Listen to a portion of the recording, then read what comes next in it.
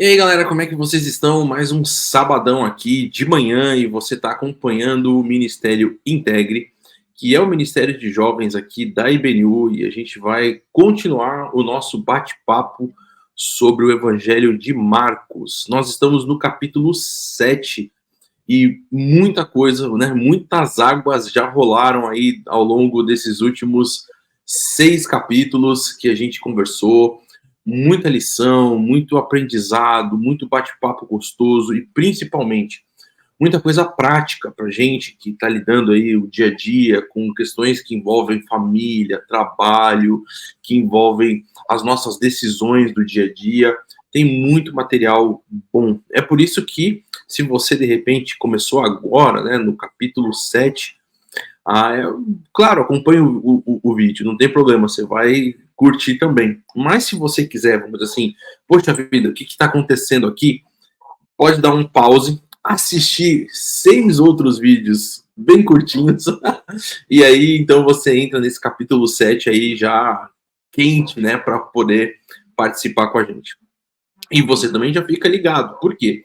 Porque você já sabe que hoje está saindo o capítulo 7, mas sábado que vem, às 9, sai o capítulo 8. Então, o que é a tua grande oportunidade de, até sábado que vem, dar uma lida no capítulo 8, pensa um pouquinho sobre a sua vida, e conforme a gente estiver ali naquele bate-papo, no vídeo lançado, você pode colocar nos comentários, pô, isso aqui também foi legal, aprendi isso, tinha mais essa outra questão aqui importante que Deus falou na minha vida. Mas, para a gente iniciar, na verdade a gente já iniciou aqui quase 2 minutos mais, para a gente dar um oi geral para todo mundo. Eu sou o Dilean e eu estou aqui acompanhado pelo Dani e pela Carol, que vão dar um salve deles para você também. Beleza, Dani? Tudo certo, muito bom estar aqui com vocês hoje para a gente conversar sobre mais um capítulo do Evangelho de Marcos e muita lição para a gente aprender hoje nesse tema tão maravilhoso para as nossas vidas. E Carol? Tá aí. Excelente bate-papo sempre. Um excelente convite da Juliana. Se você não participou das outras conversas, faça isso, porque está muito legal. E sempre lições práticas, né? A gente sempre extrai alguma coisa que a gente pode usar, não fica só nas ideias, né? Para a gente aplicar realmente na vida da gente todo dia. Bora para esse bate-papo de hoje, capítulo 7. E é isso aí. Então, o que a gente vê? Só para a gente dar tipo assim, esquentar os motores aqui, né? Dar aquela acelerada com ainda o carro desengatado, só para a gente fazer o motor funcionar. A gente vai lembrar um pouquinho, Marcos, ele não foi um discípulo direto de Jesus, mas ele foi alguém ali que acompanhou, inclusive acompanhou discípulos direto. A tradição diz que ele caminhou bem ao lado de Pedro, principalmente, mas a gente viu já desde do primeiro vídeo que provavelmente também Paulo, e enfim, tinha aí ele deu uma grande ligação com toda a história do Novo Testamento, principalmente de Jesus, né? E ele está aqui agora apresentando Jesus, e ele está mostrando que Jesus é esse Filho de Deus, cheio de poder, de glória, de autoridade, e que nessa caminhada com Jesus, muita coisa vai acontecendo. Existem pessoas que vão reconhecendo a sua autoridade, reconhecendo quem ele é.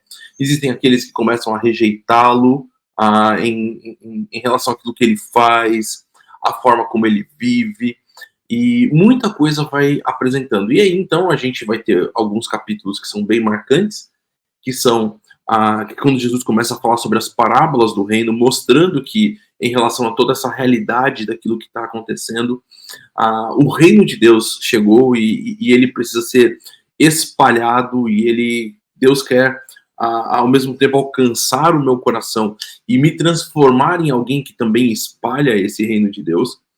E a coisa continua quente, né? Então a gente vai ver no capítulo 6, que foi o capítulo anterior, muita coisa ali acontecendo, Jesus fazendo a multiplicação dos pães, Jesus tendo toda aquela situação de com João Batista sendo decapitado, e Jesus mostrando toda a sua autoridade, todo o seu poder quando anda, inclusive, sobre as águas.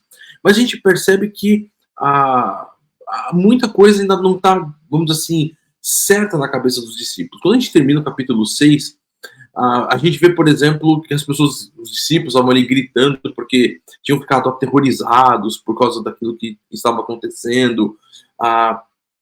E Jesus, em todo lugar que ia, causava um certo, vamos dizer assim, rebuliço. E essa nossa história do capítulo 7 começa exatamente num desses grandes rebuliços. E a gente percebe que Jesus vai andando e ele não passa despercebido em lugar nenhum, né? E é bem interessante, então, a gente parar para pensar um pouquinho sobre essa realidade, porque Jesus agora vai ser confrontado em relação a algo que, às vezes, é mal entendido dos dois lados, que é a questão da tradição. Por um lado, existem aqueles que vão rejeitar totalmente a tradição, não, o negócio é ser contemporâneo, então, tipo, que se exploda aquilo que o meu pai pensava, aquilo que o meu avô pensava, ou meus avós, né? Ou meus bisavós, eu tô nem aí pra nada, eu vou me jogar no mundo e me tornar Raimundo.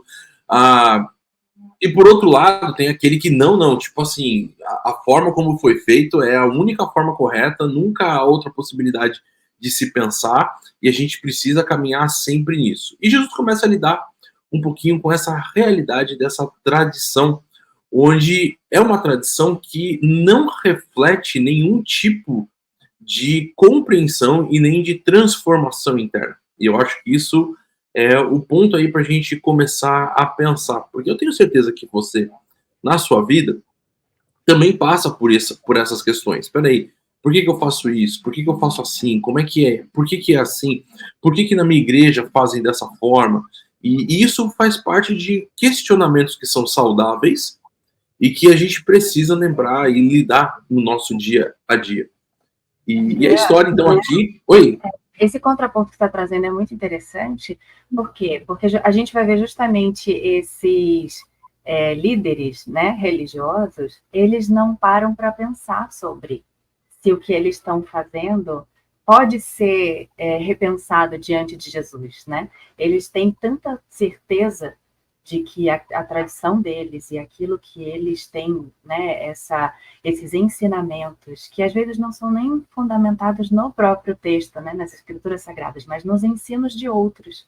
Então, às vezes, a gente precisa realmente confrontar as nossas tradições diante da palavra de Deus, diante daquilo que Jesus fala, porque a gente começa a se firmar em coisas que outras pessoas disseram, e não necessariamente naquilo que Deus está falando.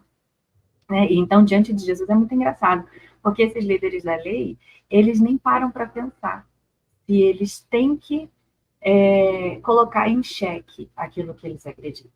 Eles têm muita certeza, eles são categóricos. E eles, diante de Jesus, diante do próprio Filho de Deus, porque Marcos já mostrou isso várias vezes para a gente, né, que Jesus é o próprio Filho de Deus, diante do próprio Filho de Deus, eles não conseguem reorganizar as ideias. Eles não duvidam deles mesmos. E como isso é perigoso, e como a gente precisa aprender isso também, né? Como às vezes a gente tem tantas crenças, tantas coisas arraigadas em tradições passadas, ou naquilo que meus pais faziam, que eu tenho que repetir também, e eu não paro nem para pensar, eu não duvido de mim mesma, né? E talvez a gente precise, lendo essa primeira parte do capítulo 7, talvez a gente possa parar para pensar naquilo e duvidar da gente mesma, né? Diante do próprio Deus. Será que eu não tenho alguma coisa que está muito arraigada e que eu faço no automático?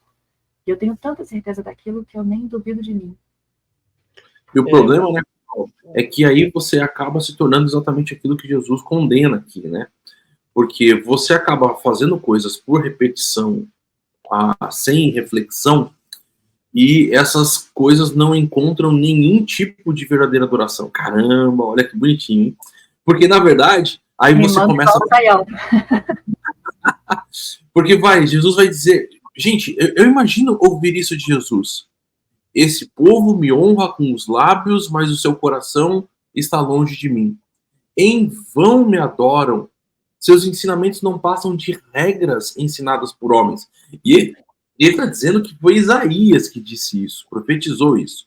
Então você imagina você, no alto da sua mega espiritualidade, achando que você está abafando, Jesus olhar para você e falar assim, cara, você está me honrando com o lábio, mas o seu coração está longe de mim. E esse é o ponto que a gente precisa pensar um pouquinho sobre a tradição. Mas eu cortei o Dani, e não era o objetivo, Dani. Mas agora você pode continuar, Carol. A gente não quer ouvir o Dani, não. Tô brincando, manda, Dani. Ai, ai. Olha só, então, o que eu ia falar é que parece que quando Jesus ele vai tratar aqui com os fariseus, tem uma questão que sempre me vem à mente quando eu leio esse texto, e eu estava até comentando com o Dilean aqui, antes da gente gravar, né, que esse é um texto que eu tenho um carinho muito especial por Marcos capítulo 7, porque parece que Jesus ele começa a lidar com dois problemas ao mesmo tempo. Um problema, ele é aquela tradição que é uma coisa irrefletida, né? A gente faz por fazer, porque todo mundo sempre fez assim. E, num outro sentido, Jesus também está falando com aquela pessoa que fala assim, olha, eu vou quebrar minha tradição, porque todo mundo sempre fez assim, e eu não quero saber, eu vou fazer diferente, porque eu quero ser diferente. E o ponto que Jesus está tentando trazer aqui não é esse. Não é nem a gente quebrar a tradição, nem a gente fazer uma tradição melhor. Não é nada disso. O que Jesus está falando é muito claro. Ele até cita o texto, né, de Isaías, e ele vai falar: este povo me honra com os lábios, mas o seu coração está longe de mim. Quer dizer, o problema todo, e Jesus vai deixar isso muito claro no texto, é o coração do ser humano.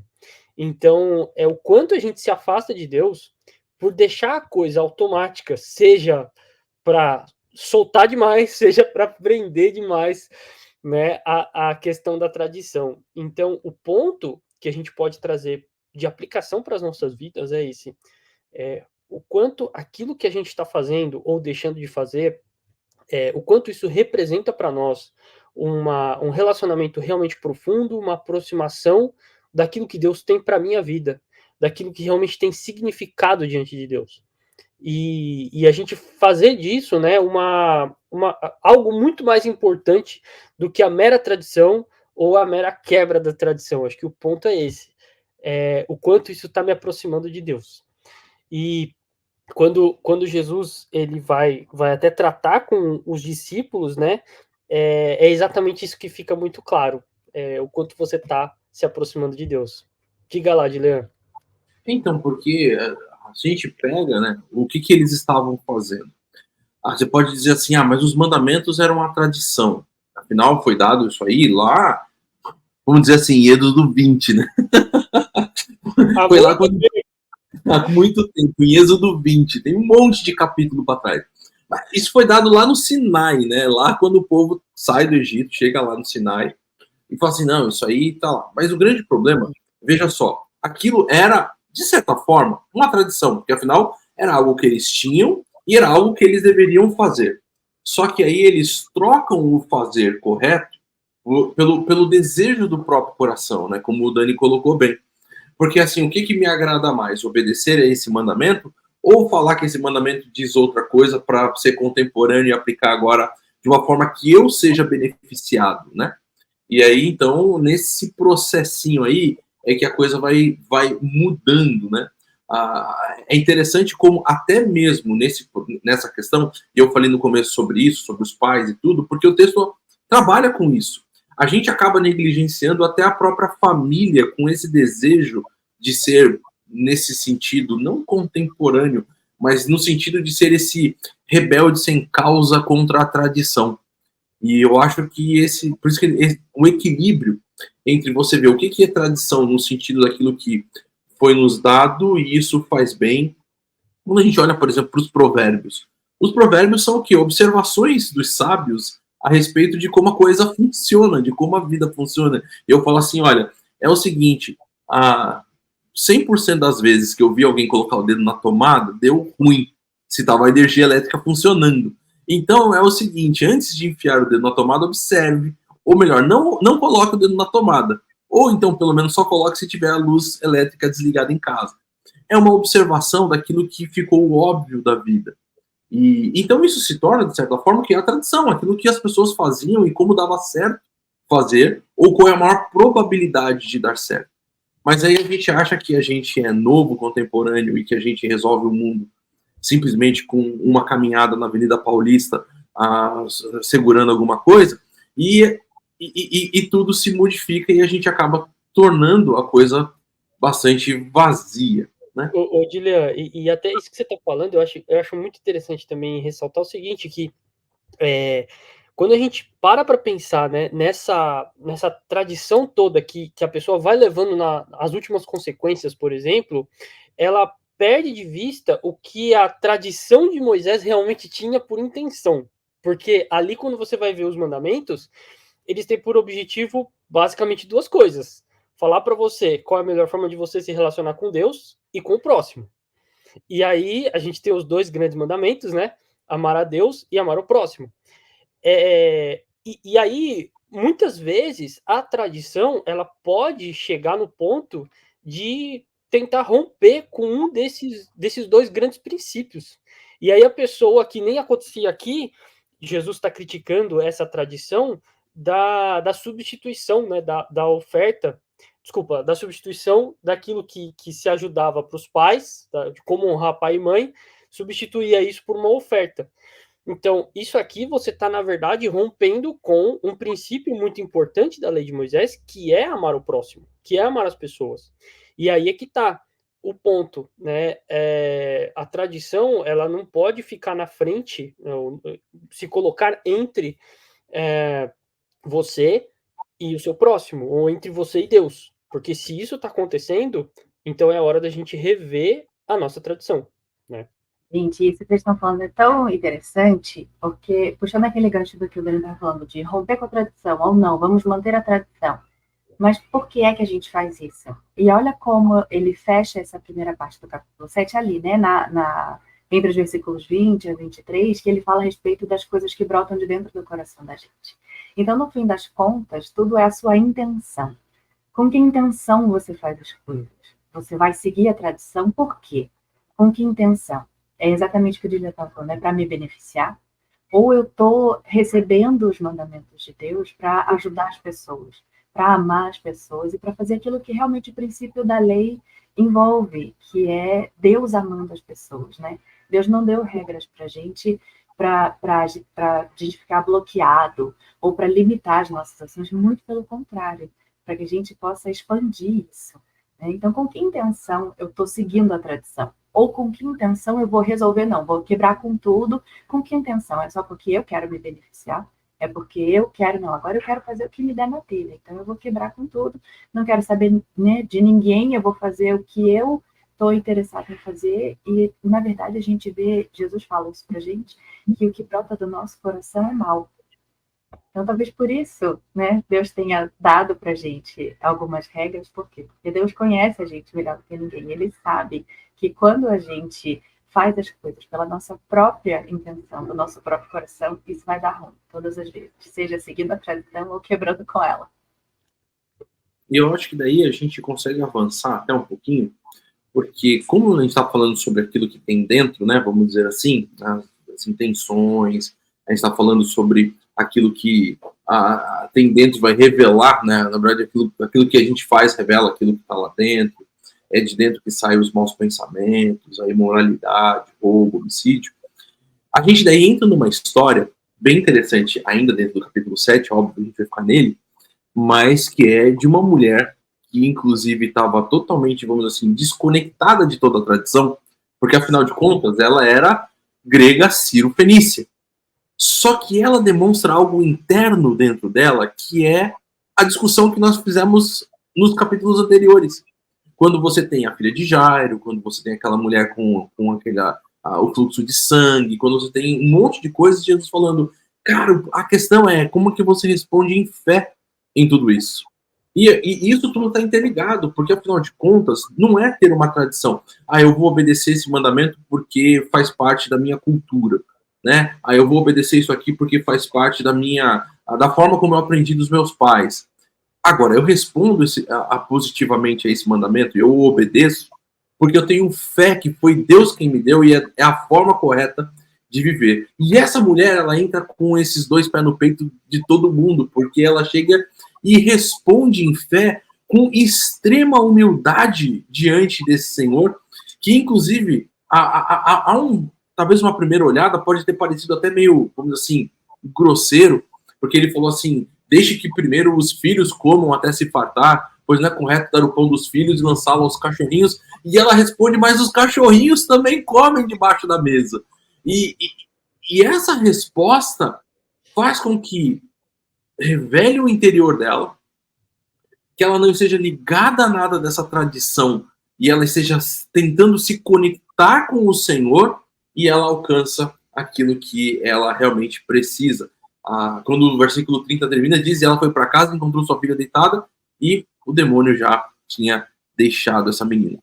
Então aí que a gente vai encontrando, inclusive fazendo essas conexões, lembrando que os evangelhos não são uma coletânea de um monte de história desconectada, né? Tipo, vamos ver aqui, essa história de Jesus eu acho que foi bonitinha, né? Vamos colocar aqui e de repente a gente põe até uma florzinha. Não, as histórias estão, inclusive, colocadas numa sequência para fazer um sentido para a gente, para que a gente encontre vamos dizer assim, esse desenvolvimento de um pensamento que o autor está querendo comunicar para a gente. E aí eu acho isso impressionante, né?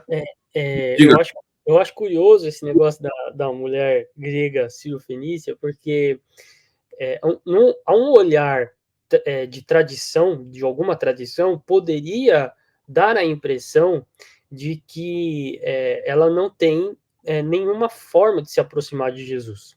O olhar tradicional do ser humano, ele é assim, olha, não está dentro da tradição, então está fora, né? Então, por que você está fazendo aqui se você não é dessa tradição? Mas é interessante como Jesus, ele deixa a porta aberta, né? Ele não fecha a porta na frente dela. Então, e Jesus, o acesso a Jesus nesse momento aqui fica muito claro, é um acesso de alguém que se coloca com humildade na frente dele. É alguém que fala assim, não, o que eu preciso é do Senhor. Eu preciso do teu poder, eu preciso da tua ação sobre a minha vida, no caso, sobre a vida da filha dela, mas eu preciso disso e não me importa, eu estou aqui. Então, eu me coloco como um cachorrinho que se coloca debaixo da mesa, né, para comer as migalhas. Eu não me importo, eu só quero receber do teu poder. E me lembra muito, igual você falou, Dilean, me lembra muito da própria mulher do fluxo de sangue, né? Porque ela não chegou gritando, Jesus, Jesus, eu tô aqui. Não, nada disso. Ela foi quietinha, confiou que se encostasse na orla lá do manto, ela seria curada. Então mostra essa humildade que nos ensina também como nós devemos nos aproximar de Jesus, com essa humildade, né? Nos colocando aí no lugar de dependentes dele, de pessoas que, olha, Senhor, não me importa, eu estou aqui desse jeito e eu preciso do Senhor. Né? Sim, isso é muito legal. Gente, eu sou fã dessa mulher, ela é sensacional.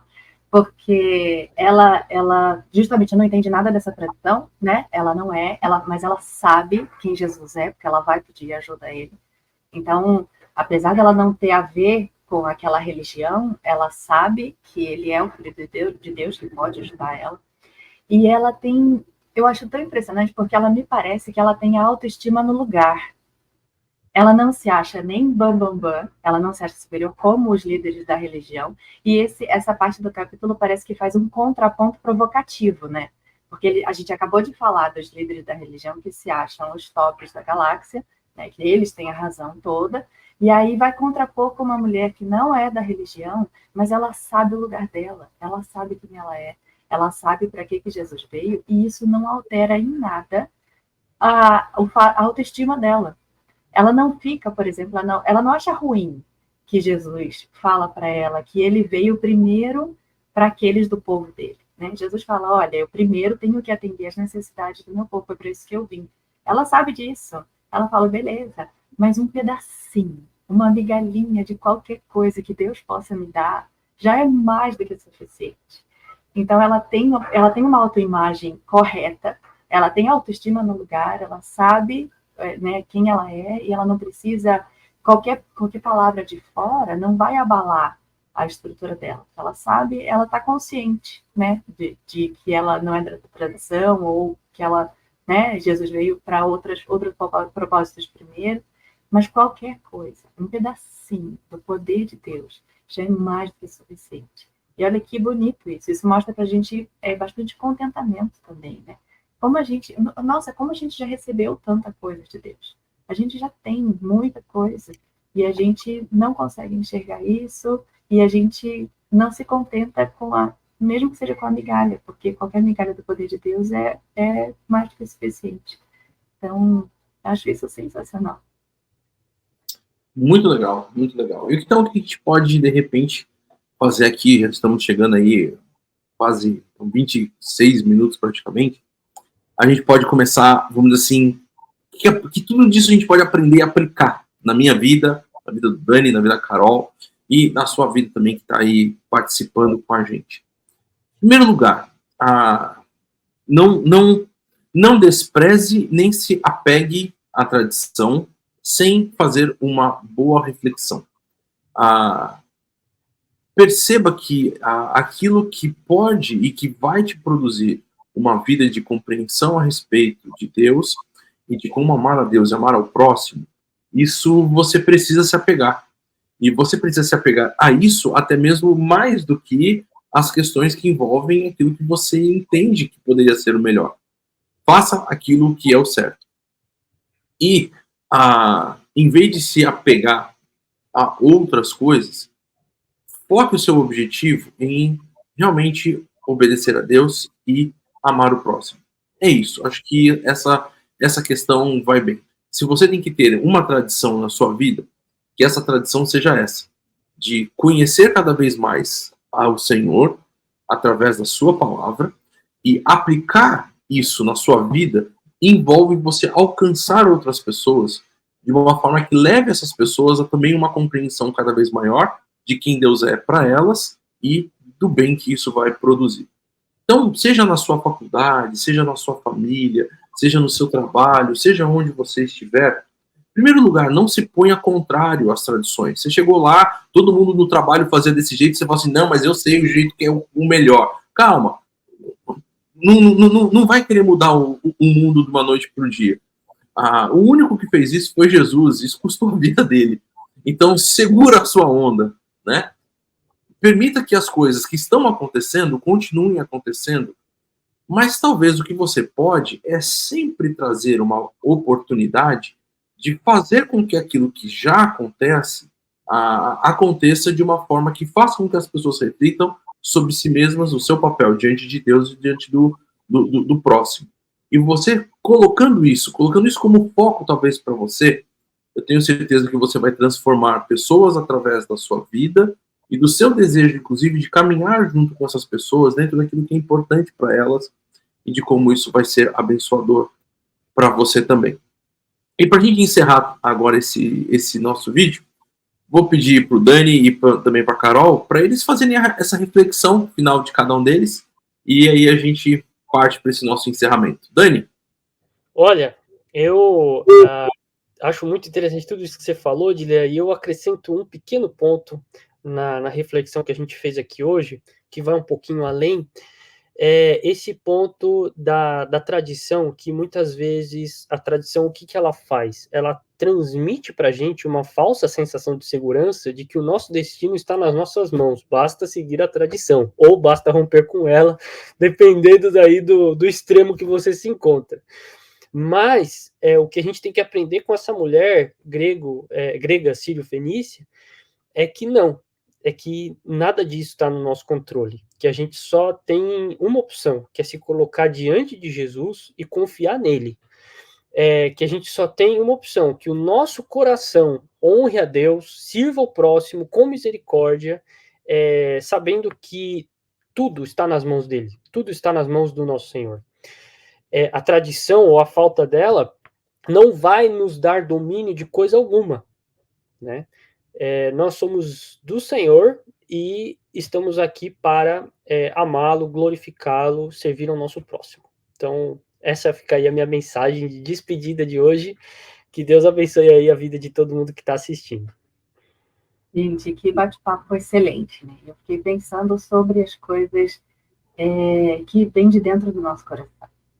E da mesma maneira como Jesus conhece a intenção do coração daqueles líderes religiosos, né, em manter a tradição, Jesus conhece a intenção dessa mulher Sirofenícia, Jesus conhece a intenção desse finalzinho do capítulo, né? Desse homem que precisou de cura. Então, o que ficou para mim foi isso, foi realmente a gente precisa o tempo todo revisitar essas nossas intenções. Por que é que a gente faz o que faz? E realmente isso que o Beni colocou, né? Será que a gente faz porque eu quero uma determinada segurança? Será que eu quero romper com tudo? Por que é que eu estou fazendo as coisas? Com que intenção?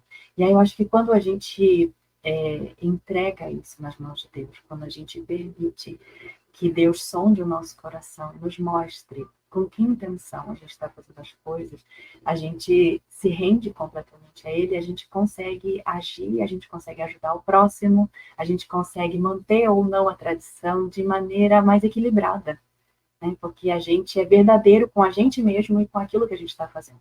Revisitar as nossas intenções, eu acho que é sempre muito bom. Pedir a Deus que nos guie nessa autorreflexão.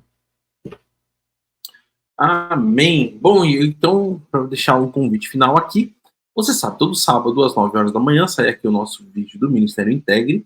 E se você quer conhecer um pouco mais do Ministério Integre, entre em contato com a gente, vamos bater um papo. Se você de repente mora aqui em São Paulo, vem conhecer a gente, Rua Tianguá, número 25, todo domingo, às 10 horas da manhã, a gente está aqui para poder te receber, conversar com você e, quem sabe, você fazer parte dessa família de pessoas que amam a Jesus e têm buscado amar o próximo também. Tá bom? Então, amanhã, 9h30 da manhã, sai a nossa celebração online. Fique ligado no canal do YouTube da BNU. Uma mensagem especial para você. Tchau! Tchau, tchau!